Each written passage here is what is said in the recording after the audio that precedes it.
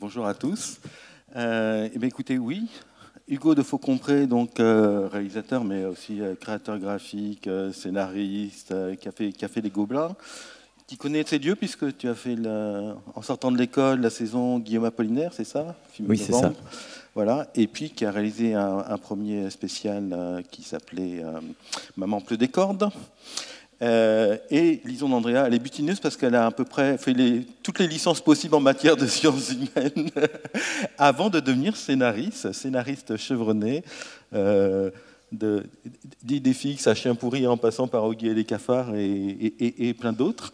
Et de Maman pleut des cordes. Donc c'est une histoire, on va parler évidemment d'un projet de long métrage, mais aussi c'est une histoire de rencontre qui continue ensemble. Et est-ce que vous pouvez me dire tous les deux comment vous vous êtes rencontrés? Alors peut-être Hugo d'abord, parce que c'est lui qui est à l'origine du projet de Maman pleut des cordes, qui a un lien assez clair avec le projet qu'on va vous présenter.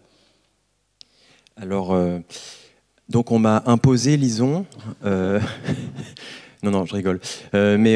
Disons que Lison travaillait déjà avec Dandelou, qui sont coproducteurs du film, de Maman pleut des cordes, et si tout se passe bien, de la suite.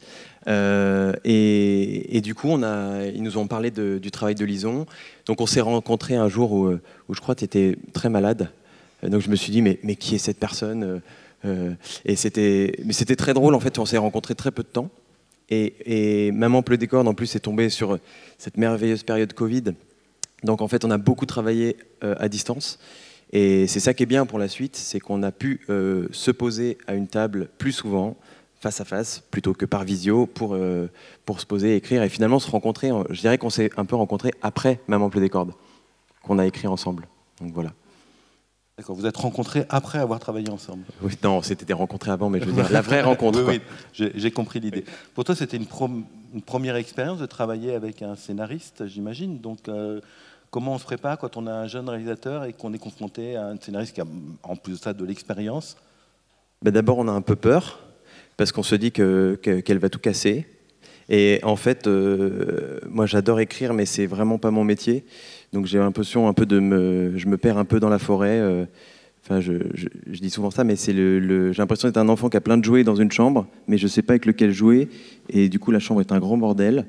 Et c'est là qu'intervient Lison, parce qu'elle m'a aidé elle m'aide à me dire à quel jouet. Ouais, non, pas du tout. Avec quel jouet jouer. Voilà. Alors Lison, est-ce que ça correspond à ton expérience, toi? Est-ce que tu es d'accord? La nettoyeuse. Bonjour à tous. Ça correspond un peu à mon expérience. Oui, notamment, en tout cas, sur Maman pleut des cordes, parce que sur Maman pleut des cordes, je suis arrivée plus tard, finalement, sur le projet que pour le projet qui va nous occuper ici. Et effectivement, Hugo avait, c'est un peu sa spécialité, noirci des pages et des pages et des pages de textes, d'idées, de séquences déjà faites, mais en même temps peut-être pas dans l'ordre, etc. Donc c'était très très dense. C'est pour ça que les producteurs se sont dit à un moment il va falloir lui proposer de l'aide. Je pense qu'ils ont eu peur aussi.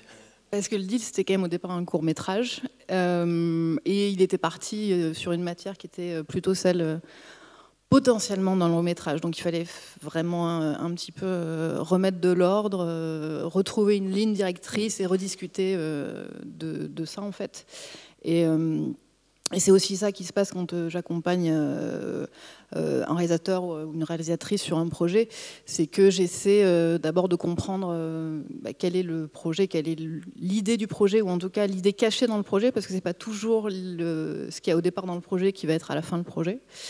C'est comprendre aussi qui est le réalisateur ou la réalisatrice, c'est-à-dire quelles sont ses affinités cinématographiques, quelle est son esthétique, et essayer de cerner un peu sa poésie finalement. Et puis de moi trouver éventuellement les fils ou les endroits qui pourraient m'intéresser à tirer personnellement ou que je pourrais venir nourrir. Et avec ces trois éléments, essayer de faire advenir le projet le meilleur, et qu'ensuite le réalisateur ou la réalisatrice voudra aussi réaliser, parce qu'après il faut que ce projet ne soit pas éloigné, reste l'envie ou l'envie qui s'est précisée durant l'écriture du projet, et qu'il veuille le porter pendant encore 2-3 ans pour le réaliser. Donc c'est ça l'objectif final, évidemment. Et normalement, c'était un projet assez différent de ceux sur lesquels tu avais travaillé avant. Et donc, est-ce qu'il n'y avait pas un peu aussi de ton côté une forme d'appréhension de te retrouver face à un auteur débutant avec un univers comme ça, un peu très personnel? Bah, non, j'étais plutôt excitée à l'idée de travailler avec Hugo. Après, ça s'est fait... c'est une phase qui est à la fois de découverte. Ce qui est compliqué avec un réalisateur... ou une réalisatrice, c'est qu'on ne sait pas au départ quel est son rapport à l'écriture. Il peut être plus ou moins lointain. Il s'avère j'ai découvert que Hugo aimait bien noircir des pages. Mais après, comme beaucoup de gens qui ne sont pas des scénaristes chevronnés, il a surtout des envies qui sont parfois du domaine de parler d'un sujet, d'une envie, d'une thématique. Mais ça ne se formule pas souvent comme une histoire, ou en tout cas, c'est souvent une histoire embryonnaire. C'est finalement transformer l'envie et la comprendre en histoire structurée, qui est là où j'interviens. Forcément, c'est un petit peu mon savoir-faire, normalement. Alors, comment on passe de Maman pleut des cordes à Granny is a Tree, puisque pour l'instant, on n'a qu'un titre en anglais. Pourquoi pas Maman, Grand-mère est un arbre? Il y a un lien d'ailleurs, on peut ça, maman, grand-mère. Oui, on a pensé à Mémé au pays des troncs, mais on a eu peur aux mauvaises blagues. Donc pour l'instant, le film sera en français, en tout cas francophone. Mais voilà, pour l'instant on a ça, qui est un titre qu'on trouve chouette, trouvé par Camille, qui est là d'ailleurs, le titre anglais. Et on verra. Enfin, on s'est dit qu'on allait écrire le film déjà, et que ça nous aiderait peut-être à trouver son titre. D'accord. Donc comment naît ce projet ?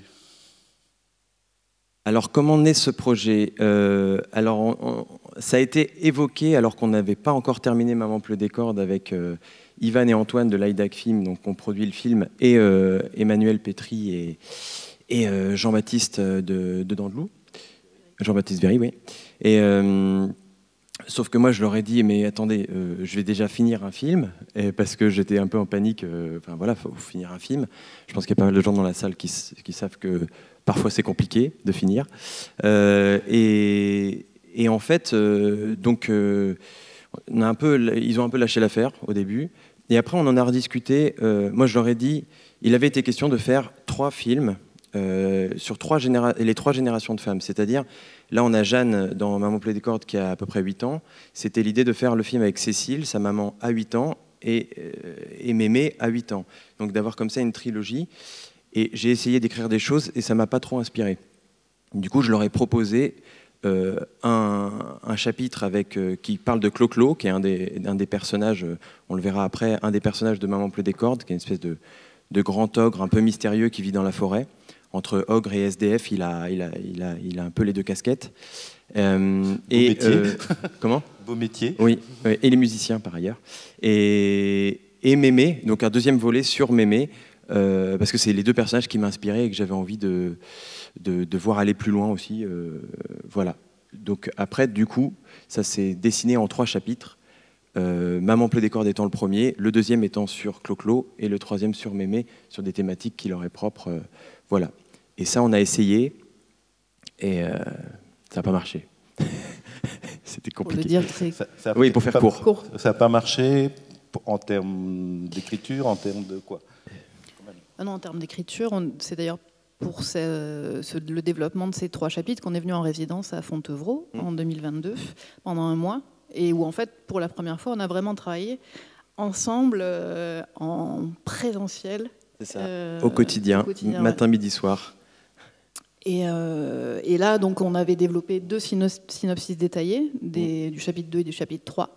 Donc on était très contents, on pensait que ça allait continuer et que l'étape d'après, ça serait donc d'écrire les scripts. Et c'est là où on a eu un os de production.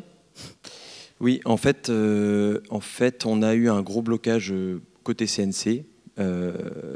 Parce que on voulait présenter ça comme un long métrage et on a besoin d'un agrément. Je vais vous passer les détails parce qu'il y en a qui les connaissent en plus et qu'on ne peut pas avoir si une partie du film est déjà produite. Or, le premier chapitre était déjà sorti en salle et donc en fait on s'est un peu pris ce mur là alors qu'on avait bien avancé dans l'écriture et il a fallu du coup repenser pas mal de choses. sachant que... Tout repenser même. Bah oui, tout Complètement repenser. le projet, oui. Mais sachant que on avait eu pas mal de retours sur ces synopsis nous disant... les gens avaient un doute sur le chapitre 2, qui est plus compliqué à écrire. Hier, on avait Izu et Joachim, ou Joachim, je sais pas, Joachim, qui nous parlaient de l'horreur dans l'animation. En fait, le fantastique, c'est pas facile à écrire non plus. Et il y avait un aspect très fantastique au chapitre 2 qui fait que ce qu'on a sorti à l'écriture n'était pas non plus nous convainquait déjà pas nous-mêmes. Et donc c'est difficile de convaincre des gens quand... pour moi, c'était un chapitre essentiel. C'est presque un mal pour un bien alors. Eh bien, je pense, ça, Lison. Oui, alors moi je pense que c'est un mal pour un bien, effectivement. Surtout qu'en fait, depuis le début, moi je pensais que c'était sans doute plus intéressant de partir directement sur un long métrage, même si l'idée des 3 chapitres pouvait être intéressante. Et quand du coup le projet a senti un petit peu le sapin, clairement on a pensé que ça allait s'arrêter là. L'idée est revenue carrément de se lancer dans un long métrage et de repartir de zéro.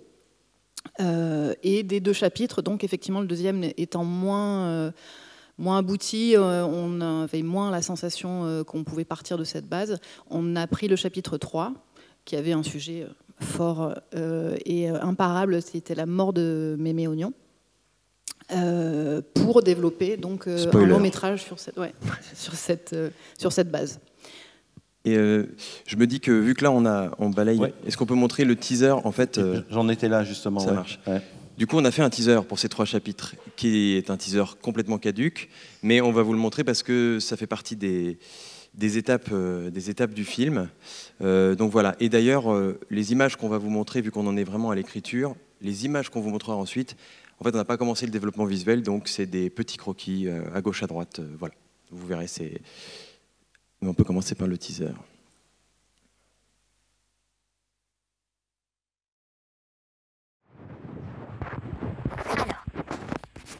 Ah, c'est bon.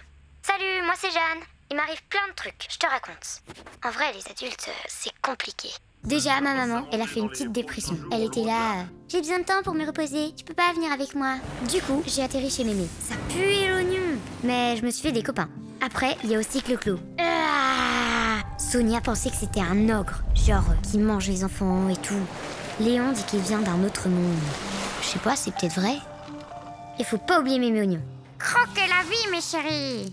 C'est sa phrase fétiche, alors qu'elle est morte. On a tout fait pour exaucer sa dernière volonté. On a failli avoir de gros ennuis. 3 contes aux petits oignons.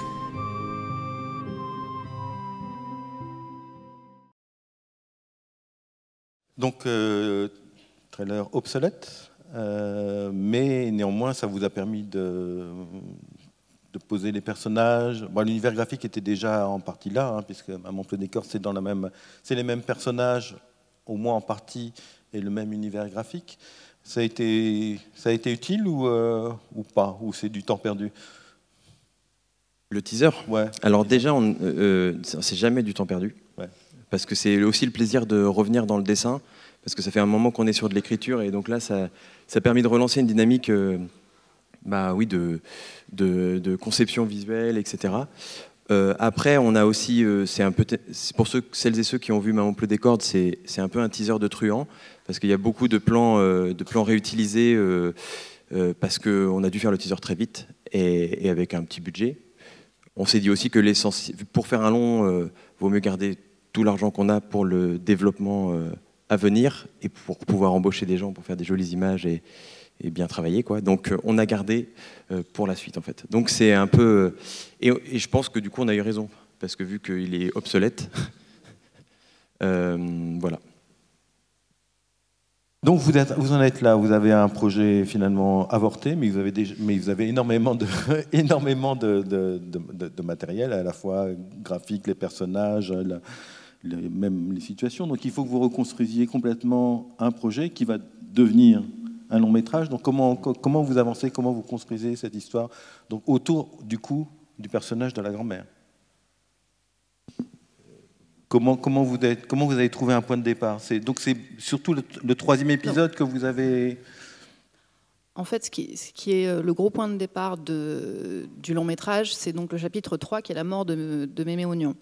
Mais par rapport à ce sujet de la mort de Mémé Oignon, Hugo avait une idée particulière qui, moi, m'intéressait aussi. C'était donc Mémé Oignon meurt, Cécile, donc sa fille, et Jeanne, la petite fille, qui va être le point de vue avec lequel on va suivre le film, viennent en catastrophe pour s'occuper des obsèques, et ils découvrent que Mémé Oignon a fait une dernière demande un peu particulière. Sa dernière volonté est d'être humusée. Donc humusée, c'est-à-dire partir de la manière la plus naturelle, un peu comme les légumes au compost. Humusée de humus. De humus, ouais. Et donc une méthode pas très connue et surtout illégale encore en France. Donc Cécile s'y oppose. Et la relation tendue entre Jeanne et Cécile sert un peu de moteur au fait que Jeanne, qui adorait sa grand-mère et qui sent encore un peu sa présence, décide sur un coup de tête de partir avec le corps de Mémé Oignon, de sa grand-mère, et de l'amener donc à Clo-Clo, qu'elle connaît bien, qui vit dans la forêt, dont elle est persuadée qu'il va pouvoir s'occuper de l'immunisation de sa grand-mère. Donc ça, c'est le point de départ. Évidemment, rien ne va se passer comme prévu, puisqu'il va y avoir un quiproquo, les autorités vont s'en mêler, etc. Et donc, il va y avoir une espèce de road trip rural, un peu de cavale de Jeanne avec sa grand-mère, avec le corps de sa grand-mère.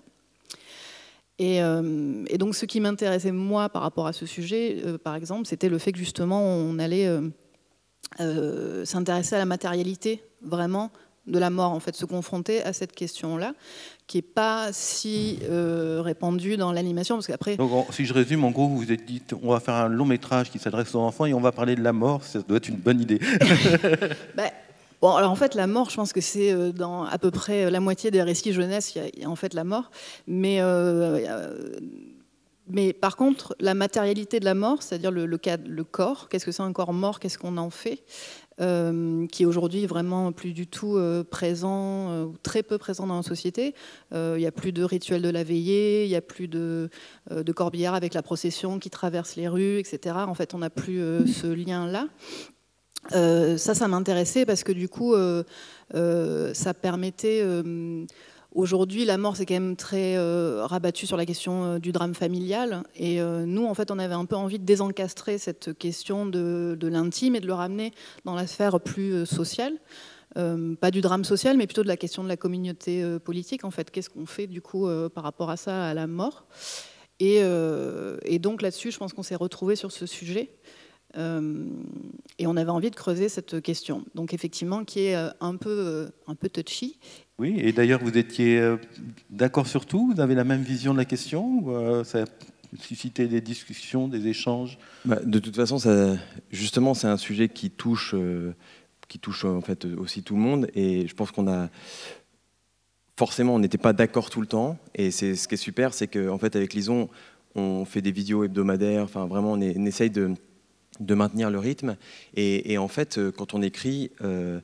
parfois, la moitié des visios, on s'échange des articles, on s'envoie des choses à lire, donc notamment à la fois sur les causes sociales, parce que le personnage de Mémé, en fait, on le découvre dans le film, est un personnage très militant, justement. Et c'est un peu ce que disait Lison, c'est cette intrication, justement, de l'intime et du plus grand qu'est le social. Parce que dans le film, en fait, elle s'oppose à un chantier de construction. Mais ça, on l'a pas dans le film, on le comprend en filigrane. Avec Clo-Clo, c'est un chantier qui est amené à raser tous les arbres remarquables de la forêt, etc. Et sa dernière volonté à elle, en fait, c'est d'être humusée au pied d'un des arbres de cette forêt. Donc, en fait, c'est là aussi où la boucle se boucle. C'est-à-dire que la lutte qu'elle avait de son vivant, en fait, elle est prolongée aussi après sa mort via Jeanne.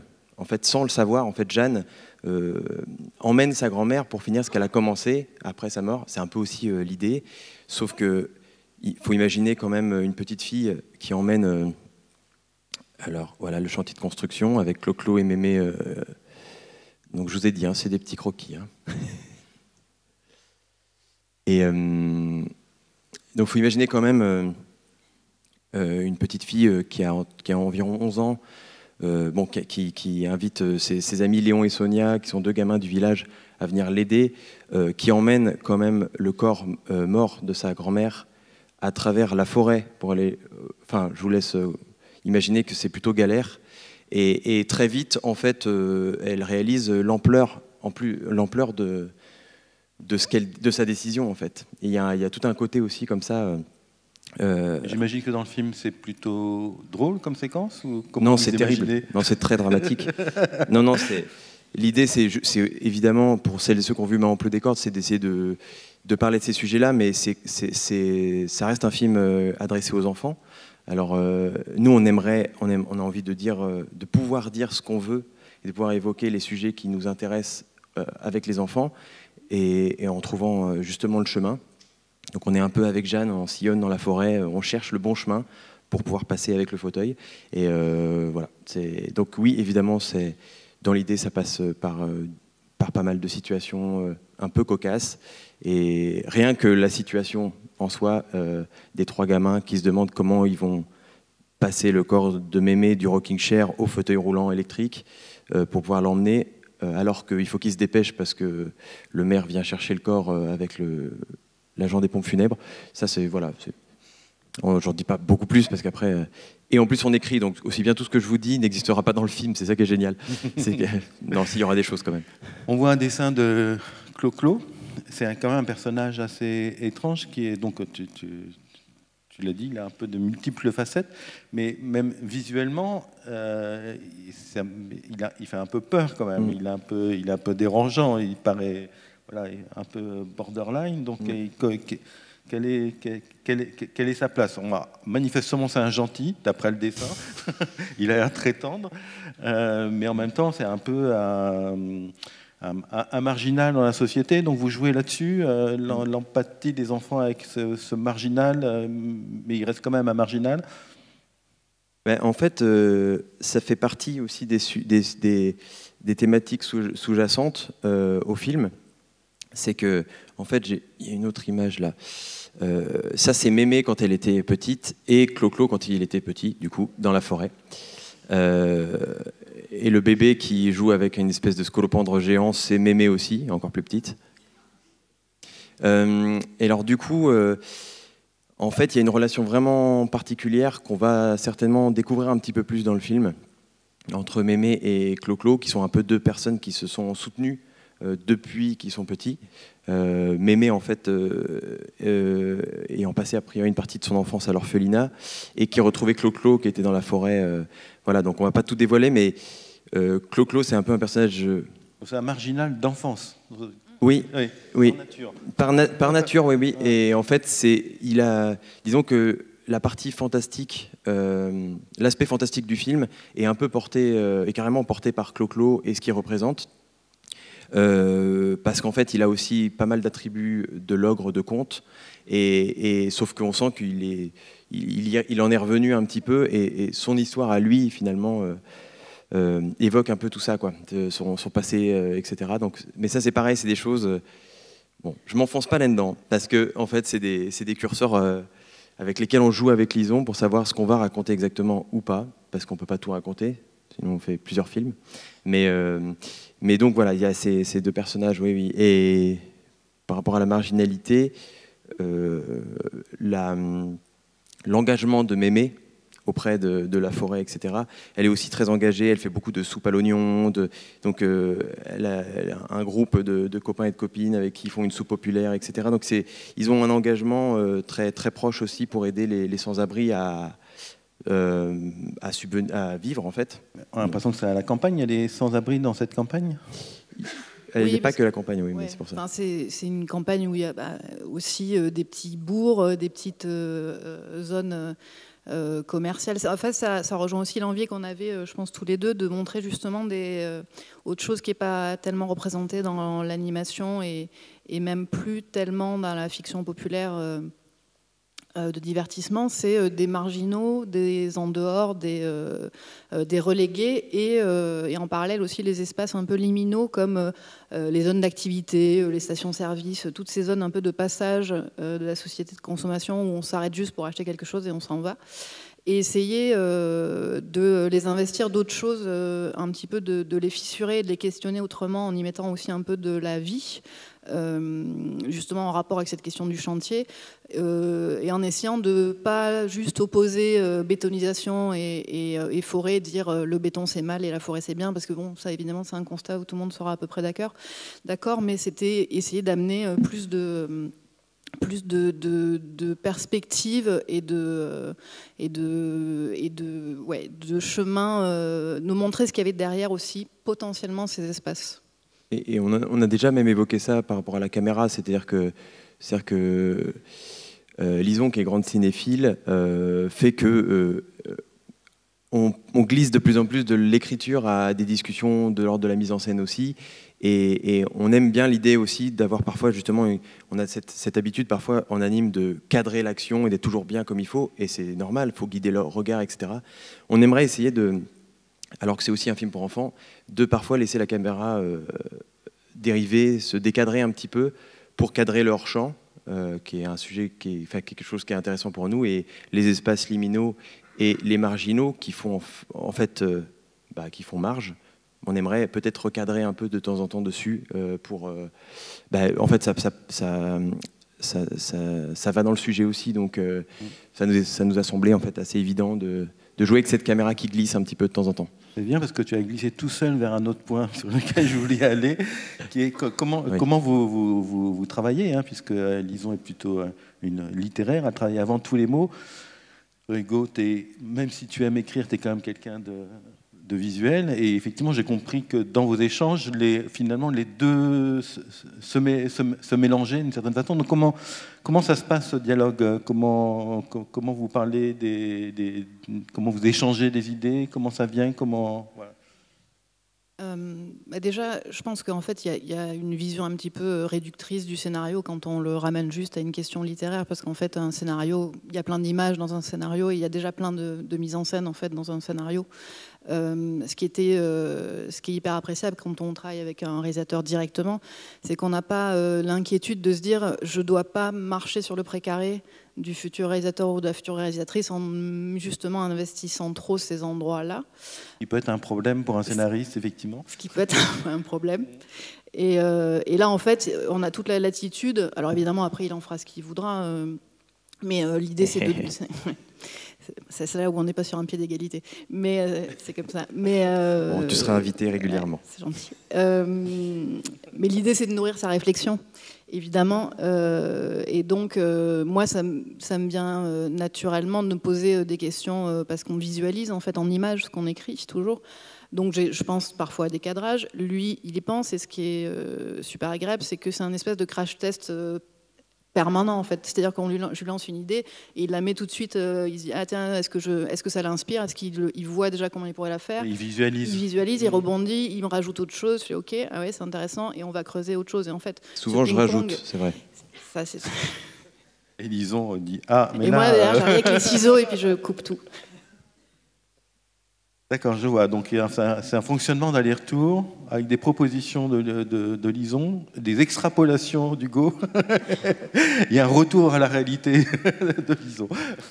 Non, Lison apporte aussi beaucoup de fantastique au projet, pas que de la réalité, les deux. Non, c'est bien en plus le rapport, parce que là on l'a un petit peu abordé, mais en fait le rapport au fantastique dans le film, là je vous passe un peu des croquis, comme je disais, qui sont issus de mes différents carnets sur le projet les dernières années. Et c'est vrai que le fantastique, il a une place assez importante. Là, on en a assez peu parlé, mais faut imaginer que Jeanne, quand elle part dans la forêt avec le fauteuil et sa grand-mère dessus, en fait, c'est une espèce de traversée qu'elle fait. Elle fait une espèce de traversée dans le fantastique et un univers qui lui permet aussi de comprendre des aspects qu'elle ne connaît et de découvrir des aspects qu'elle ne connaissait pas de sa grand-mère. Donc là, par exemple, c'est son pépé qu'elle n'a pas connu. Voilà, donc peut-être qu'elle croisera au détour d'un tronc de hêtre son pépé. Ça, c'est Mémé, du coup, voilà, qui adore les oignons. Donc ouais, c'est pour le passeur. Le passeur aussi aime les oignons, donc il faut lui prévoir des petites tranches crues. Donc voilà. Donc c'est pour ça que vous voyez des images qui ont l'air d'être, voilà, qui sont peut-être un peu plus fantastiques, parce que vu que c'est quelque chose qui est difficile à décrire avec les mots, comme on le disait tout à l'heure, ça ne veut pas dire que le reste n'aura pas besoin de développement, mais disons que je commence par ça parce que moi-même ça m'intrigue et ça me rend curieux, les choses qu'on aborde ensemble avec Lison. Et toi, ça t'inspire, Lison, quand tu vois les dessins qui oui, carrément. proposent? Mais là, c'est vrai qu'on est dans une phase où il a plus tellement dessiné pour diverses raisons, et on est plus juste dans l'écriture, et je sens bien que ça le titille aussi, c'est normal, parce que je pense que pour quelqu'un dont c'est pas le métier, il peut y avoir un côté asséchant dans l'écriture, surtout si ça fait longtemps qu'on est dessus, enfin même en tant que scénariste, ça peut être asséchant. Conserver le désir du projet, conserver l'envie, et être juste devant un écran et juste aligner des mots, quand on a envie de faire des images, voilà, ça devient compliqué. C'est pour ça aussi, à mon avis, il faut passer à l'étape suivante. Et s'il se remet à dessiner, je pense que ça le remet aussi à un autre endroit du projet. Et du coup, ça relance aussi la machine à d'autres endroits.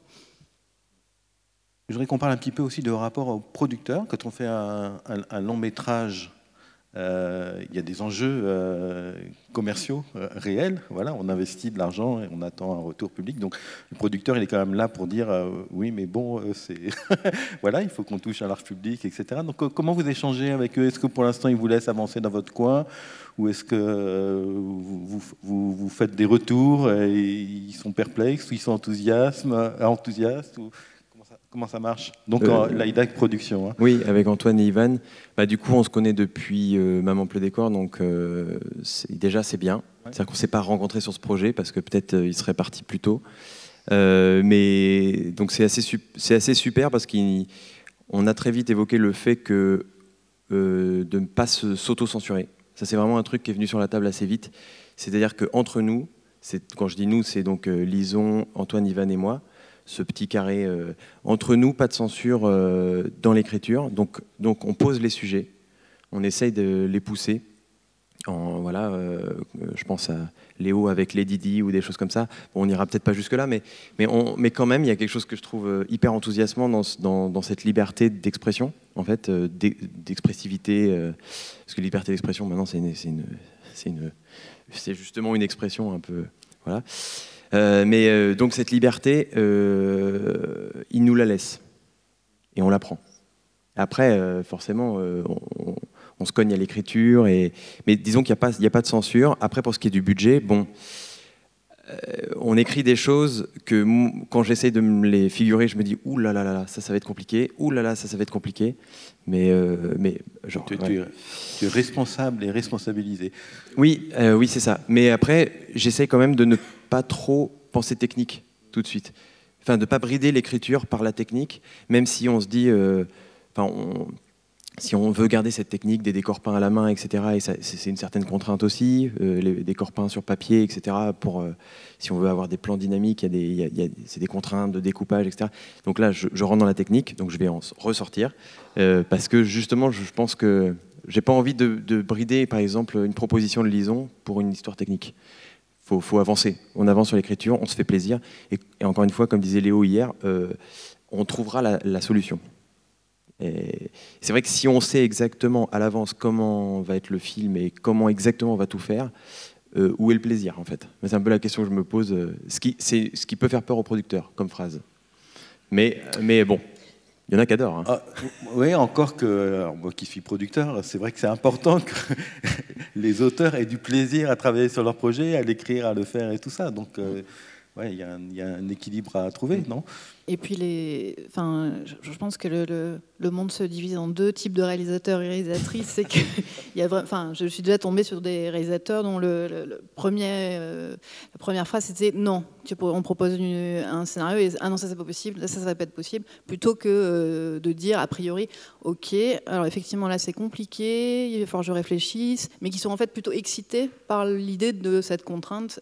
Et Hugo est plutôt de ce côté-là, ce qui me va bien, que d'un non tout de suite, ah non là ça on va laisser tomber, ça c'est impossible, c'est trop compliqué. Parce que ne serait-ce que pour celles et ceux qui font de l'animation 2D ici, ne serait-ce que 3 enfants qui poussent un fauteuil avec un corps mort dedans dans une forêt en pente. Bon, alors ça par exemple j'essaie d'oublier et donc on va peut-être essayer de raccourcir des petits bouts de séquence, mais ça on en parlera plus tard. Ça déjà, voilà, il y a des véhicules, il y a des choses comme ça, on se dit bon, Mais bon, plus tard. On en parlera plus tard. Et pour l'instant, les producteurs sont plutôt enthousiastes sur ce que vous proposez. Enfin, je ne veux pas non plus aller dans les secrets de... Eh bien oui, je crois. Oui. Et non, mais je repars un peu en arrière sur la thématique de l'humusation, qui est un peu particulière et qui, moi, est vraiment chère à mon cœur. En fait, récemment, j'ai envoyé un podcast à Antoine et Ivan qui parle de ça. Et là, Ivan m'a dit « Ok, j'ai compris. Mais ça fait 3 ans qu'on bosse sur le projet. » Donc, c'est-à-dire qu'ils se sont accrochés à ce projet avec nous. Et c'est cool, et c'est super. Et je trouve ça super que là, ils disent « Ah, d'accord. Ok, non, mais je pensais que c'était une lubie comme ça, un peu un truc d'auteur, quoi. » Et je dis « Non, c'est vraiment très important. » Et il a écouté ce podcast, il a dit « C'est super, je peux vous l'envoyer si vous voulez. Il est top. » Et c'est très, très formateur. Donc c'est ça que j'aime bien aussi, c'est que la relation, elle n'est pas toute écrite, elle s'écrit en même temps que le film. Puis même, on se connaît depuis 2016 avec Antoine et Ivan, et voilà, on évolue. Maintenant, on fait des randos ensemble, enfin, c'est pour vous dire. Bon. Et par ailleurs, effectivement, ils sont plutôt dans une relation de confiance qui est hyper agréable. Et ils nous font souvent des retours que je trouve très pertinents, ce qui n'est pas, encore une fois, toujours le cas. C'est difficile de lire. Pourtant, normalement, les producteurs, c'est leur métier de lire des scénarios, mais malgré tout, souvent, il y a des problèmes de lisibilité. Alors, ça peut venir de nous, hein, on a mal écrit, mais c'est pas si simple de lire un scénario, et je trouve que leurs retours sont souvent assez pertinents, ils pointent souvent assez bien, mais dans quelque chose d'assez humble, hein, ils nous disent juste leur ressenti. Et pour nous, c'est quand même assez précieux, cet échange. Alors après, effectivement, on en est à cette étape restreinte où on n'est que 4 autour de la table, et ce qui nous tient à cœur, c'est vraiment que tout ce qu'on va mettre un petit peu de saillant dans le film, il y a des choses un peu complexes, comme parler d'un corps mort, le montrer, l'humusation. On veut montrer aussi un peu des marginaux, peut-être des pratiques pas tout à fait légales. C'est que ces aspects saillants ne soient pas au fur et à mesure des étapes de validation de plus en plus à raser pour arriver à quelque chose de lisse. Notre objectif, c'est qu'on garde les points saillants. Et d'ailleurs, il nous pose la question. Passer aux questions, si oui, pas de souci. Parce qu'on est pris par le temps. Donc, si vous avez des questions, alors on n'a pas beaucoup parlé de l'aspect graphique et visuel du film, mais parce qu'on en est un petit peu au début, mais Hugo effectivement des choses. Donc voilà, si vous avez des questions, bien sûr, ils seront ravis d'y répondre. Bonjour. Je voulais juste vous demander comment vous avez choisi le format du long métrage, parce que j'ai l'impression que vous avez beaucoup de matériel avec plusieurs temporalités qui pourraient peut-être se prêter plutôt à un format de série. Je sais pas, ça me fait un peu penser à Souvenir de Gravity Falls, avec un peu un genre différent, mais avec des personnages un peu marginaux aussi, du fantastique. Donc voilà. Alors en fait, quand on était à l'étape des 2 chapitres, je trouve l'idée de la série, elle est super, mais ce sera peut-être pour un autre projet. Parce que si on rechange de format, je pense qu'avec Lison, là, faudra qu'on change de formule aussi. Quand on était encore sur les 3 chapitres, en fait, comme on disait tout à l'heure, le chapitre 2, il avait du mal à prendre, et tout le monde nous disait « Ah, le chapitre 3, mais il est vraiment super, on arrive à le lire, on comprend tout, c'est fluide, etc. » Mais par contre, pour un 26, vous avez beaucoup de trucs, faites-en un long, faites-en un long. Faites-en un long, faites-en un long, faites-en un long, faites-en un long. Et ça, on l'a entendu plein de fois. Et du coup, on se dit, pourquoi on n'en ferait pas un long finalement ? Et c'est vrai qu'à partir du moment où on a débouché cette bouteille, c'est pas que là, après, on étire toutes les thématiques, c'est pas le but. J'ai l'impression, tu m'arrêtes si... J'ai l'impression que du coup, ce qu'on veut raconter peut avoir de la place, qu'on va pas être là à rusher les thématiques et à balayer les séquences comme ça... Donc on pourra prendre le temps, de regarder l'eau couler, on pourra prendre le temps de plein de choses qui font partie aussi du temps du film, voilà, qui sont souvent les plans qu'on coupe en premier d'ailleurs, mais malheureusement. Et donc c'est ça, en fait, le long métrage finalement, on peut se dire ah c'est la panique, et en fait c'est un peu la panique, mais c'est aussi agréable parce qu'il y a un espace de narration, voilà. Et je crois aussi que par rapport à la série, on a, tu parlais de liberté d'expression, mais on va juste parler de liberté de ton. vu que ce sera un long métrage pour le cinéma, on a quand même une marge de manœuvre plus grande que sur une série où on va avoir des discussions avec des diffuseurs qui ont eux-mêmes leurs contraintes de programmation et de grilles de lecture et d'acceptation et de format et de catégorie d'âge, etc. Donc, et en fait, c'est beaucoup. Tu sens l'espace de liberté et ça te fait du bien. Ouais, on le sent. Hein, Est-ce que, du coup, la trajectoire de Jeanne et ses petits amis, c'est quoi? C'est la prise de conscience de la portée politique de l'humusation de mamie, ou enfin, est-ce que c'est le passage d'une problématique assez intime de respecter les dernières volontés de sa grand-mère à quelque chose de plus engagé et politisé? Je pense qu'il y a un peu de ça. Ouais, oui, c'est un peu tout ça. En fait, à la fois, cette trajectoire, elle permet à Jeanne de découvrir un peu plus sa mémé, qu'elle adule, et ça peut aussi lui permettre de la descendre aussi de son piédestal, d'une certaine manière, parce qu'elle réalise aussi ses défauts. Et enfin, l'idée, c'est quand même de dresser un portrait un peu...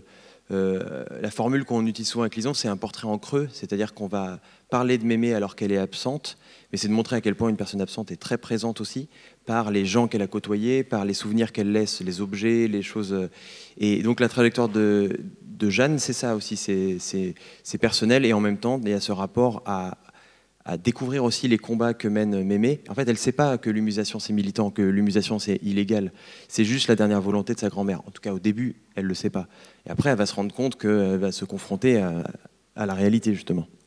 Donc oui, ça fait partie du processus de Jeanne et de Cécile aussi. Cécile qui peut en vouloir à sa mère pour plein de raisons et qui redécouvre aussi sa maman sous un autre jour. Voilà. Mais c'est surtout sur Jeanne. Voilà. Je ne sais pas si ça répond à la question. J'ai fait... faudrait que Lison me recadre un peu. Parce que... Oui, bonjour. Bonjour. Je voulais juste avoir la ref du podcast de l'humusation, si vous l'avez. Là. Oui, alors c'est Marc Mortelmans. Je vais retrouver, mais c'est pas très compliqué. C'est Marc Mortelmans, le journaliste. Et oui, je crois que c'est Radio France. Et c'est Francis Busini, donc, qui est le fer de lance de l'humusation en Belgique, que j'avais rencontré et interviewé à Bruxelles pour le film. Et qui est vraiment bon, je ne sais pas si vous savez ce que c'est l'humusation, mais écoutez le podcast, il en parle super bien. Et Francis est décédé en août, donc je ne suis pas sûr qu'il se fera humuser. Donc je me dis que le film peut valoir le coup aussi pour permettre aux gens qui veulent partir comme ça de le faire dans les années à venir. Donc voilà, mais Marc Mortelmans, l'humusation, Francis Busini, podcast, Google. Voilà. Tac.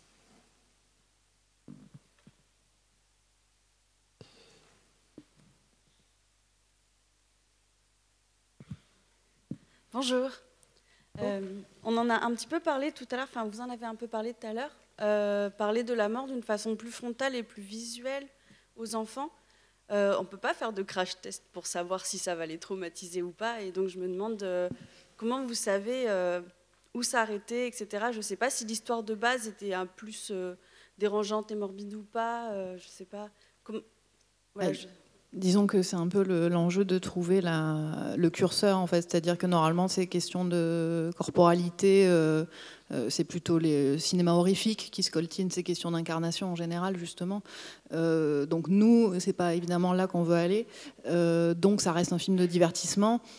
Évidemment, on va pas être réaliste sur la décomposition du corps et ce qui se passe concrètement, même si on va évoquer des choses vraiment par touche, mais c'est plutôt de pas escamoter cet aspect-là, c'est-à-dire que la personne est morte, mais elle est encore là, elle est morte, effectivement, il reste un corps. Et donc, on ne peut pas faire comme si, par magie, comme souvent on veut mettre de côté cet aspect-là, en fait. Donc, il y a encore une mémé dans un fauteuil qui est morte, elle est plus, voilà, elle bouge plus, mais c'est toujours elle. Alors, qu'est-ce qu'on fait?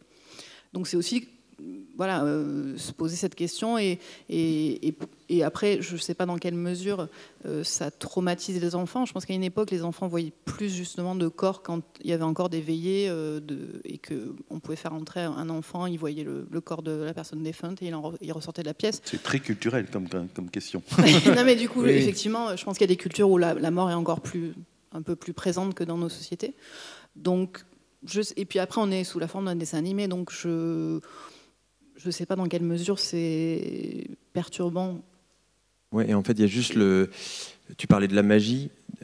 C'est vrai que, alors, on a quand même le fantastique qui nous accompagne dans le film, mais ça fait partie de nos lignes rouges où on s'est dit, ok, on a le fantastique, mais on ne veut pas non plus, comme disait Lison tout à l'heure, on ne veut pas non plus esquiver la matérialité du corps et de la mort.